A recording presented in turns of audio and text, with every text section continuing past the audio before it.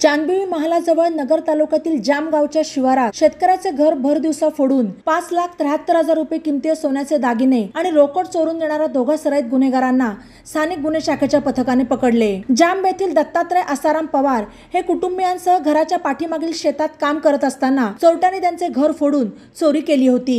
याबाबत नगर तालुका पोलीस ठाण्यात गुन्हा दाखल करण्यात आला। या गुन्ह्याचा समांतर तपास करण्याचे आदेश पोलीस अधीक्षक राकेश ओला यांनी स्थानिक गुन्हे शाखेचे पोलीस निरीक्षक दिनेश आहेर यांना दिले। त्यानुसार पोलीस निरीक्षक आहेर यांच्या मार्गदर्शनाखाली स्थानिक गुन्हे शाखेतील अंमलदार भाऊसाहेब काळे, रवींद्र कर्डिले, मनोहर गोसावी, देवेंद्र शेलार, संदीप दरंदले, विजय ठोंबरे, अमोल कोतकर, भाऊसाहेब काळे, बाळासाहेब खेडकर, विशाल तनपुरे, मेघराज कोल्हे आणि अरुण मोरे यांच्या पथकाने ही कामगिरी केली। तुषार हबाजी भोसले आणि कानिफ उद्धव काळे दोन्ही राहणार आष्टी जिल्हा बीड यांना पथकाने ताब्यात घेतले। त्यांची अंगझडती घेता त्यांच्याकडे 15 ग्रॅम वजनाचे सोन्याचे गंठण आणि 10,000ची रोकड असा 1,15,000चा मुद्देमाल सापडला। पोलिसांनी तो ताब्यात घेऊन विचारपूस केली असता सदर मुद्देमाल हा जाम येथून चोरल्याची कबुली त्यांनी दिली। आरोपी तुषार भोसले हा सराईत गुन्हेगार असून त्याच्या विरुद्ध नगर जिल्ह्यात दरोडा, जबरी चोरी